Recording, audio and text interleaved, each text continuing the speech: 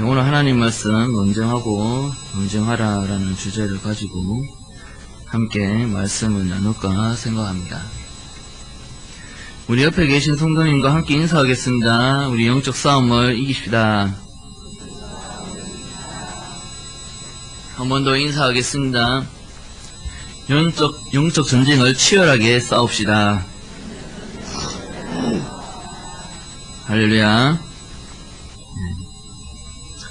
오늘 호세아 2장 2절에서 5절 말씀은 호세아 1장을 통하여서 음란한 여인 호세아의 아내 고멜에 대하여서 말씀을 하고 그 고멜을 그의 자녀들에게 얼마나 음란한지를 들추어내면서 너의 어머니와 그래서 논쟁해야 한다라는 말씀을 오늘 본문을 통해서 하고 있습니다.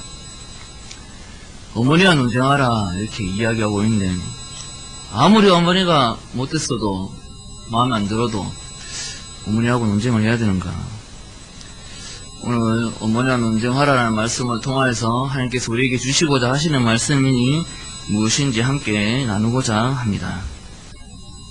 오늘 본문 말씀 2절에 보니까 너희 어머니와 논쟁하고 논쟁하라 이렇게 말씀하고 있습니다. 히브리어에서 같은 단어가 두 번 등장한다면 그것은 강조하는 의미에서 사용되어지는 것입니다. 그래서 논쟁하고 논쟁하라라는 것은 그냥 지나가는 말씀이 아니라 우리에게 강력하게 주시고 있는 메시지다라는 것입니다. 왜 도대체 어머니하고 논쟁해야 되는가? 우리가 그것을 생각할 때에 오늘 본문 마지막에 가서 왜 논쟁을 해야 되는지 말씀하고 있는데 오늘 먼저 그것을 나누기 전에 어머니에게 무엇을 논쟁해야 되는가 우리가 함께 먼저 보도록 하겠습니다. 이 논쟁이라는 단어는 우리가 말싸움 뭐 이렇게 생각할 수 있겠지만 히브리어 단어는 사용되어진 이 논쟁은 법정에서 싸우는 논쟁 이런 의미를 가지고 있는 단어입니다. 그러니까 단순히 말싸움이 아니라 굉장히 이 싸움에서 지게 되면은 법의 처벌을 받거나 억울한 일을 당하거나 자기 어떠한 상황과 호소해야 할 내용들을 다 호소하지 못하고 인생을 망칠 수도 있는 그런 상황에서 그것을 지켜내기 위해서 치열하게 싸우는 것, 이것을 표현할 때 이 논쟁하라라는 단어를 사용하게 됩니다. 이 어머니와 논쟁해야 된다고 지금 이야기하고 있는데 그냥 단순히 말싸움 정도로 끝나는 것이 아니라 목숨을 걸고 어머니와 논쟁해야 한다라는 것을 말씀하고 있다라는 것입니다. 우리가 뭐 법적 어떤 재판을 받거나 이러한 것을 경험을 해보지 않았지만 그 법 재판을 준비하기 위해서 법정에 서기 위해서 TV로나 이런 것들을 통해서 간접적으로 많이 경험했으리라 생각합니다. 어떤 사건을 통화해서 해결하기 위해서 자신의 어떠한 상황을 호소하기 위해서 또는 변정하기 위해서 법정에 서게 되는데 상대방이 나의 약점을 걸고 혹시나 이렇게 들어오진 않을까 또 나를 넘어뜨리려고 저렇게 들어오진 않을까 이러한 것들을 다 생각하면서 그런 만반의 준비를 다 해야 한다는 것이죠. 자칫 준비를 미비하게 할 때에는 갑자기 생각지도 못한 논쟁으로 법정에서 질 수 있는, 그래서 어떻게 보면은 인생을 망칠 수도 있는 그러한 모습들을 우리가 매체를 통해서 많이 접하게 됩니다. 그러한 치열한 싸움을 어머니와 하여야 한다 이렇게 말씀하고 있는데 그 치열하게 논쟁해야 되는 것들, 논쟁해야 되는 내용들이 무엇이냐, 우리가 그때 2절 후반절에 보면 그가 그의 얼굴에서 음란을 제하게 하고 그 유방 사이에서 음행을 제하게 하라 이렇게 말씀하고 있습니다.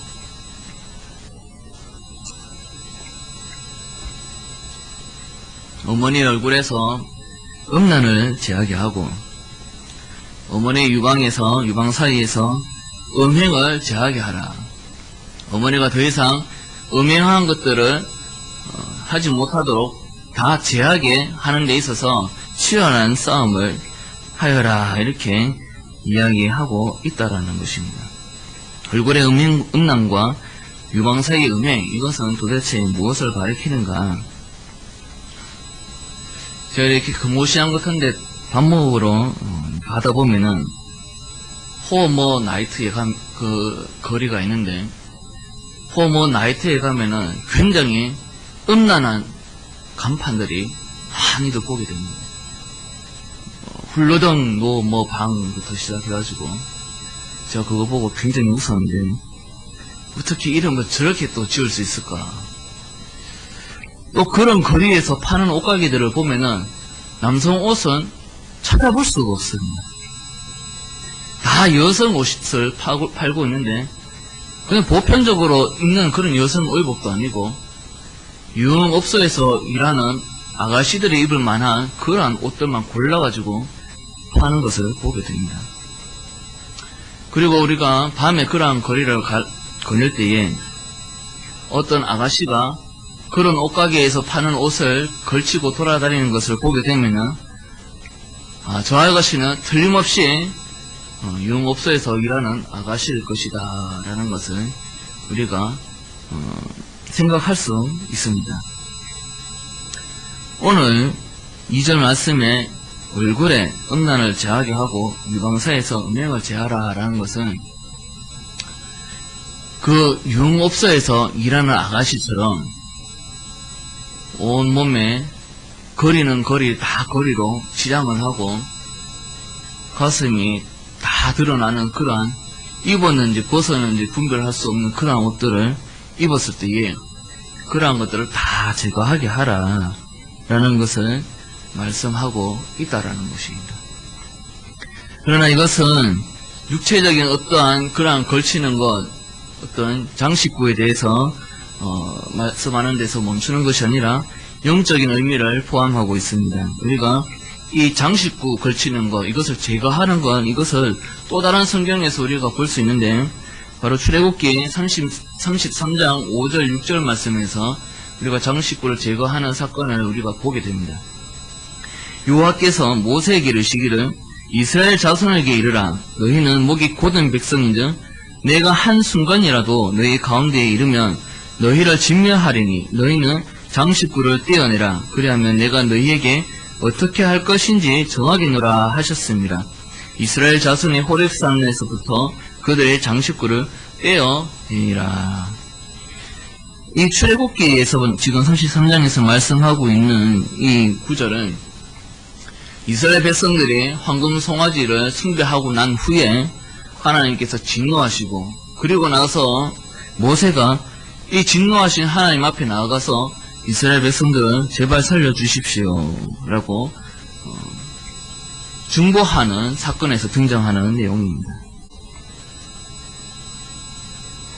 처음에는 하나님께서 이스라엘 백성과 언약을 맺으실 때 너희가 내 백성이 되고 내가 너희의 하나님이 되기를 원하거든 내가 너희에게 주는 모든 율법들을 지켜 행하라 라고 이야기했을 때 이 이스라엘 백성들은 우리가 다 지켜 행하겠나이다 이렇게 화답하게 됩니다.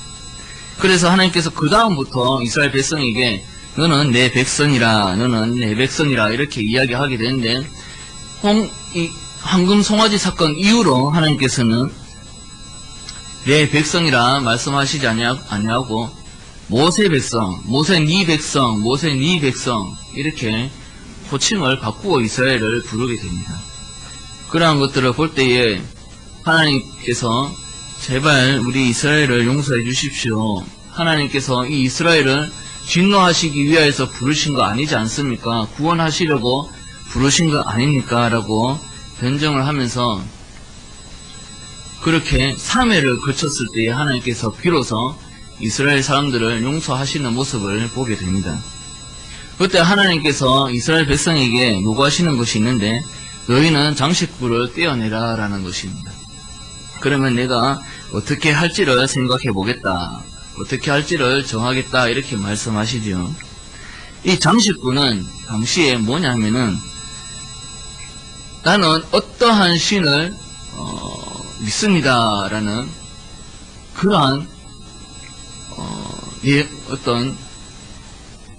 나는 어떤 신을 믿는지를 나타내는 그러한 것들을 걸치게 되는데, 그것을 오늘 본문에서 장식구를 떼어내라 라고 이야기하고 있습니다.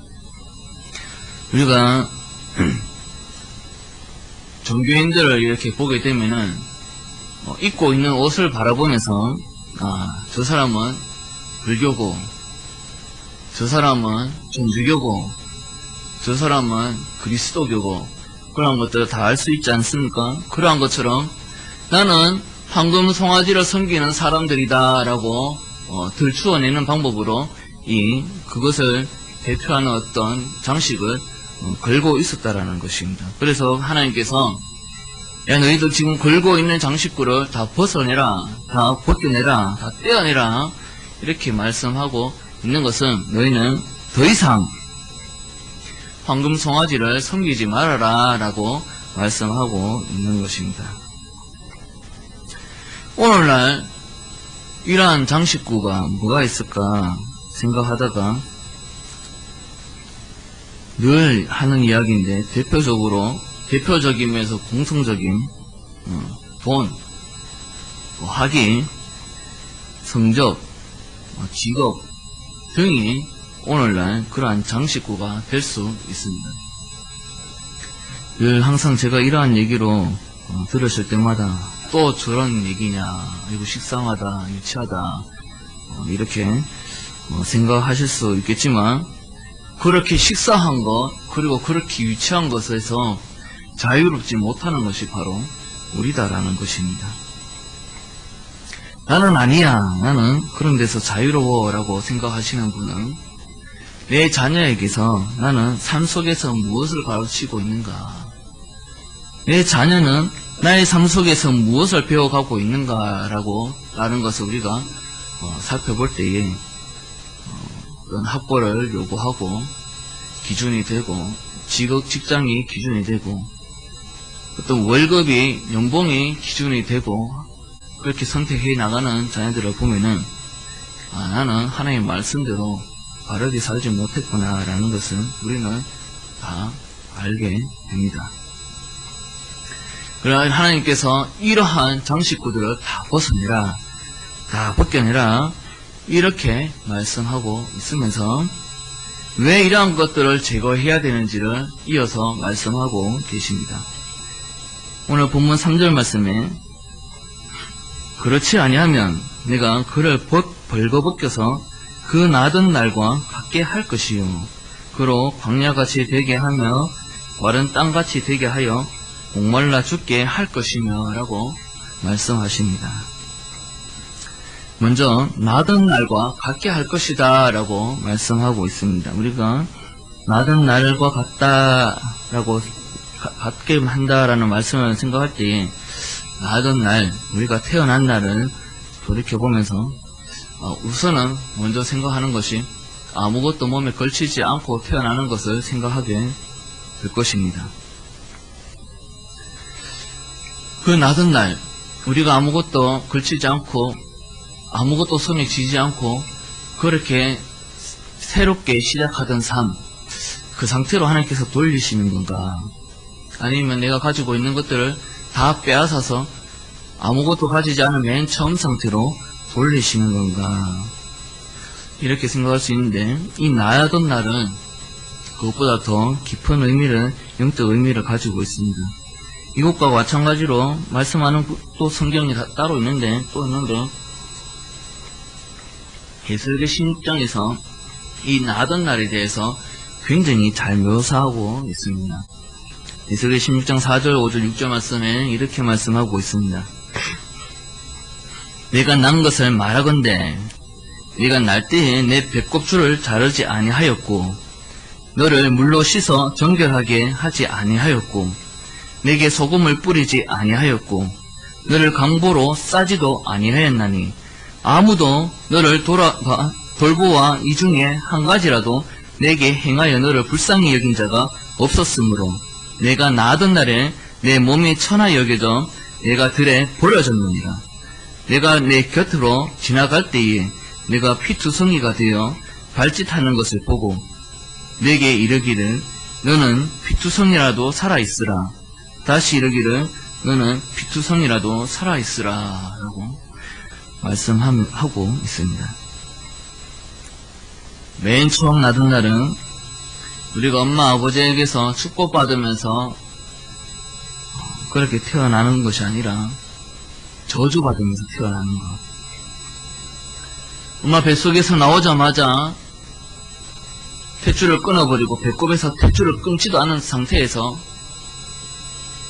피투성이 되어 있는 아이를 닦이지도 않는 상태에서 정결케 하지도 않은 상태에서 그냥 길가에 버려버리는 그것이 우리가 나던 날의 모습이라는 것이요.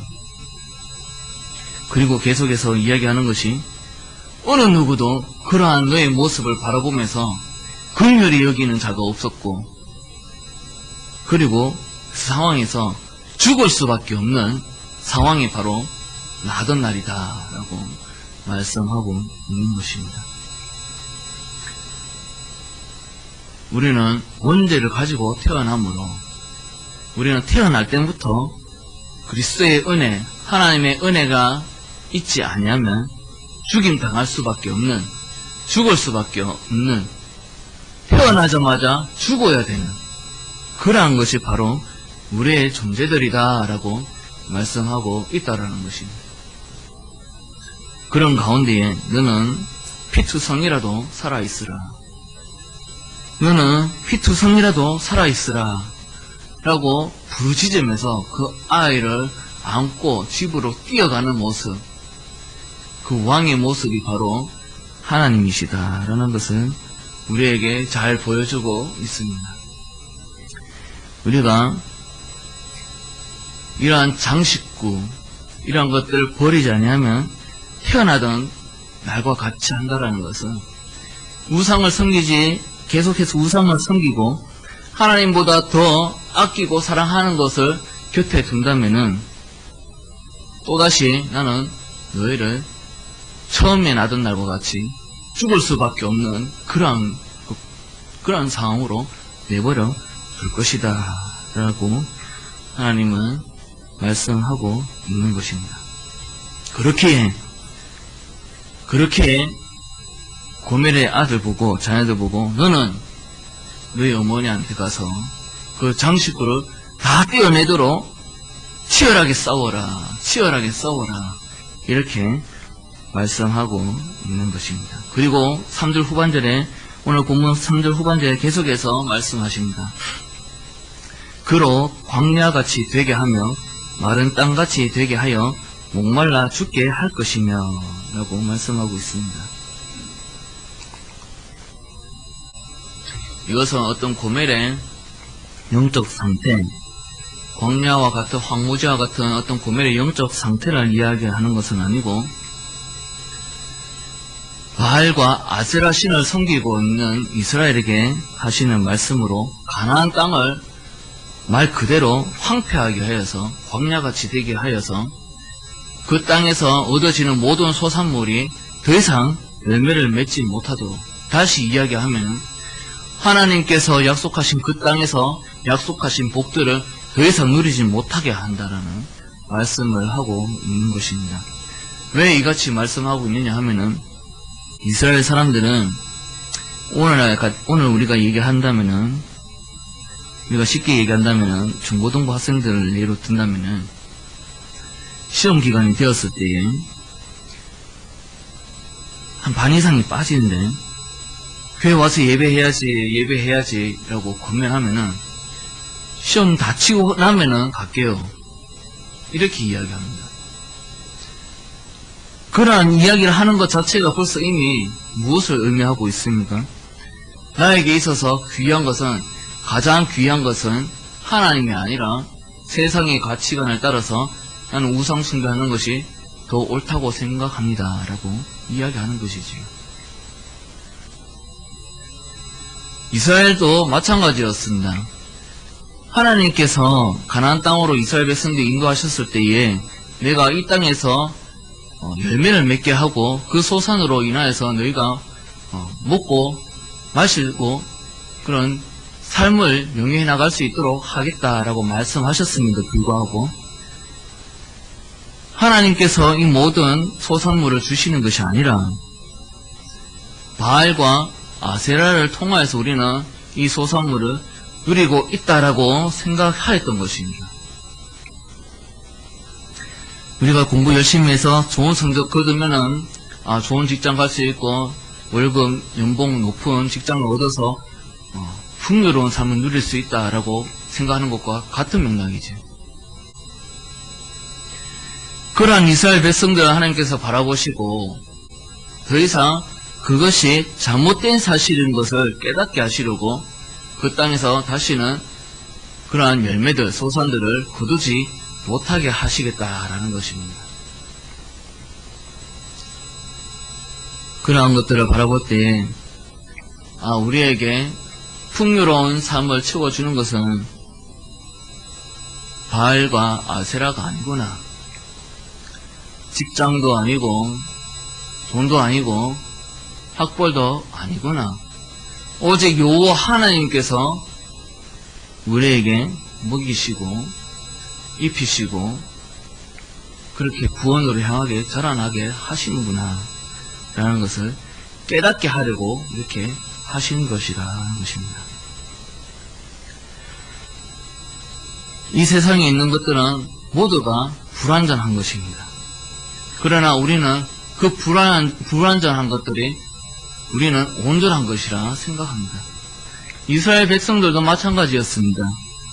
바알과 아세라를 섬겼던 이유는 꼭 바알과 아세라가 있어야지만 풍요로운 소산을 누릴 수 있다라고 생각했기 때문인데, 그렇게 생각했던 이유는 바알은 하늘의 신이고 그리고 아세라는 땅의 신이었습니다. 가뭄이 시달리고 물이 귀한 가나안 땅에서는 이른 비와 늦은 비가 굉장히 중요했습니다. 이 이른 비와 늦은 비가 어떻게 내리느냐에 따라서 그 땅에서 거둘 수 있는 열매의 양이 달라졌기 때문입니다.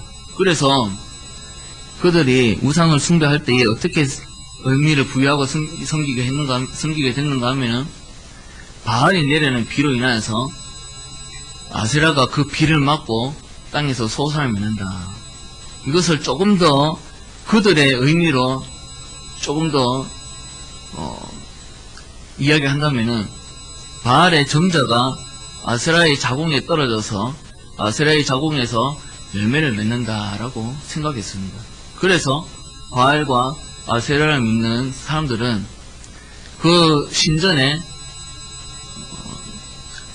창녀를 두고, 성전을 지키는 창녀를 두고 그 창녀와 음란한 행위를 할 때에 우리는 풍요로운 삶을 살 수 있다라고 생각하고 그렇게 음란하게 맨날 생활했습니다.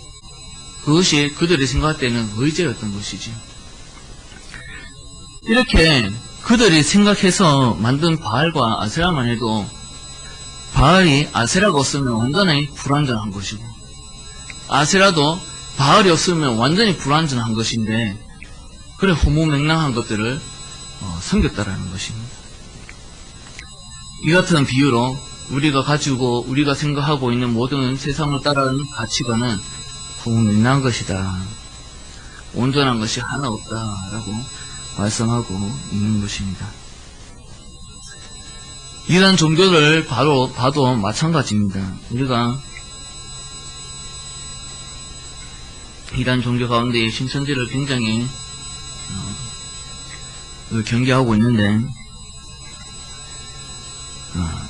얼마 전에도 제가 이전에 있었던 교회에서 가르치던 제자들 중에 한 명이 굉장히 교회에서 헌신도 많이 하고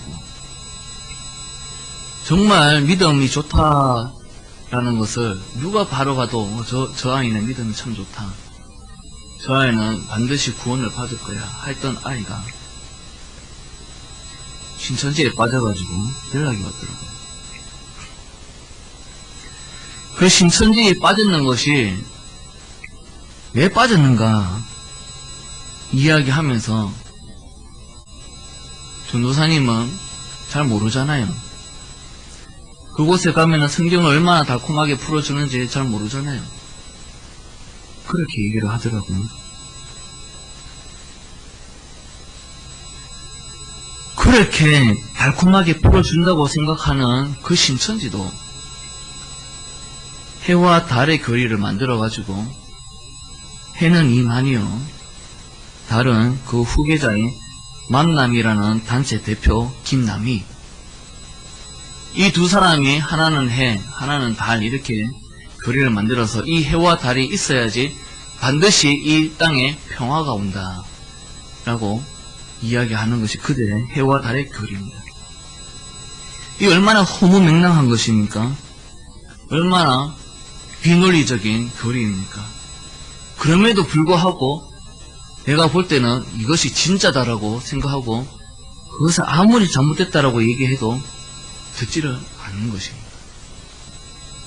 오늘 우리의 모습, 우리가 가장 귀하다고 생각하는 것들은 혹시 나는 허무맹랑한 것인데 정말 이게 진리다, 이것 말고는 길이 없다라고 생각하고 있지는 않습니까? 이러는 가운데에 오늘 본문 말씀 4절에서 이렇게 이야기하고 있습니다. 내가 그의 자녀를 긍휼히 여기지 아니하리니 이는 그들이 음란한 자식이니들이라. 이때까지 요 하나님께서 고멜의 아들 자녀들과 이야기를 하시면서, 야, 네 엄마는 정말 음란해, 음란한 여인이야. 그래서 너희 엄마와 논쟁을 벌여서라도 네 엄마가 돌아오게 해야 돼. 목숨을 걸고 싸워야 돼. 계속해서 그렇게 이야기하시다가 갑자기 너도 음란하다 이렇게 말씀하고 계시는 것입니다. 조금 쉽게 더 비유를 하자면은 335 모여서 누구를 막 험담하다가 누구 아무개는 이렇고 저래, 누구는 또 이렇고 저래 이야기하다가 너도 마찬가지야! 이렇게 이야기하는 것과 비슷한 의미입니다. 너도 마찬가지야. 그런데 성경은 호세아가 기록된 목적은 우리가 생각할 때에 우상숭배를 하고 있는 이스라엘에게 하나님께서 주시는 메시지입니다. 고멜도 이스라엘을 비유하는 것이고 고멜의 자녀들도 이스라엘을 비유하시는 것입니다. 높이 보면은 나도 죄인이구나 라고 생각할 수 있지만은 이때까지 이야기한 대상은 바로 나다라는 것이죠. 어머니를 대상으로 두고 이야기한 것이 아니라 바로 내 자신을 두고 이야기하고 있었다라는 것입니다. 우리가 이러한 맥락에서 다시 오늘 본문 말씀 2절로 돌아가서 너희 어머니와 논쟁하고 논쟁하라 라는 말씀을 우리가 볼 때에 옆에 있는 누구 성도 이게 아니라 자기 자신을 돌아보면서 내 자신의 악한 모습들을 바라보면서 그것을 이기기 위하여서 치열하게 싸워라. 목숨을 걸고 싸워라. 내가 가장 귀하다고 생각하는 것들을 쫓지 말고 그것들 목숨을 걸고 다 버려라. 그것을 버리기 위하여서 죽도록 몸부림쳐라 라고 말씀하고 있다라는 것입니다. 오늘 우리가 각자가 아끼고 있는 것, 주님보다 더 사랑하고 있는 것, 주님보다 더 귀하게 생각하고 있는 것은 무엇입니까? 오늘 각자가 섬기고 있는 바알과 아세라는 무엇입니까? 그러한 것들을 섬기는 것을 그만두고 모든 장식구들을 떼어버리고 그것을 떼어내기 위해서 치열하게 싸워나갈 때에 하나님께서 다시 주시는 소산의 열매들, 하나님께서 주시는 은혜들을 누리며 살아갈 수 있는 저와 여러분이 되기를 간절히 소망합니다. 그리고 우리가 더 여기서 깊이 생각해야 할 것들은 자칫 잘못하면은 하나님의 은혜를 위하여서 돌아올 수 있다는 것이지. 하나님께서 그 땅에 있는 모든 것 소산물들을 거두어 가셨을 때에 이스라엘 백성들은 생각했을 겁니다. 아, 하나님께서 주신 것이 맞구나. 하나님이 주권자가 맞구나. 우리가 이것을 다 잃었기 때문에 다시 회복하려면은, 다른 말로 바꿔 표현해서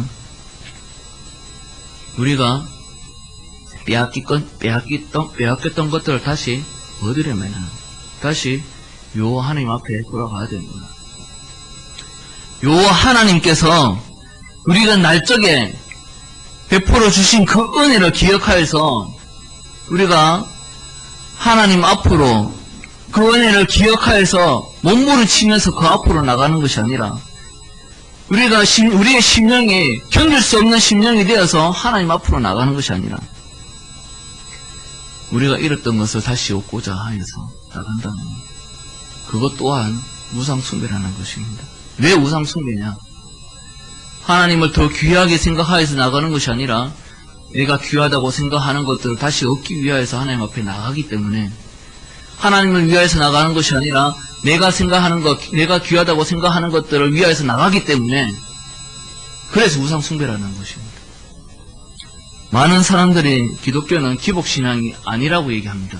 바로 이러한 의미에서, 이러한 맥락에서 기독교는 기복신앙이 아니라고 이야기합니다. 그러나 수많은 그리스도인들이 지금도 주시옵소서, 주시옵소서, 주시옵소서라고 부르짖으며 하나님 앞에 나아가고 있다는 사실입니다. 자기가 받은 은혜를 생각하여서 하나님 앞에서 다윗과 같이 춤을 추는 것이 아니라 누가 능히 이 요 앞에 서리요, 사무엘서에서 나오는 그 말씀처럼 그 거룩하신 하나님 앞에 나올 수 없는 존재임에도 불구하고 그것을 인지하고 그럼에도 불구하고 하나님 앞에 나갈 수 있는 은혜를 입은 우리가 그것이 감사해서 다윗처럼 춤추고 소고치고 나가는 것이 아니라 내가 원하는 것을 위하여서 춤추고 소고친다는 것은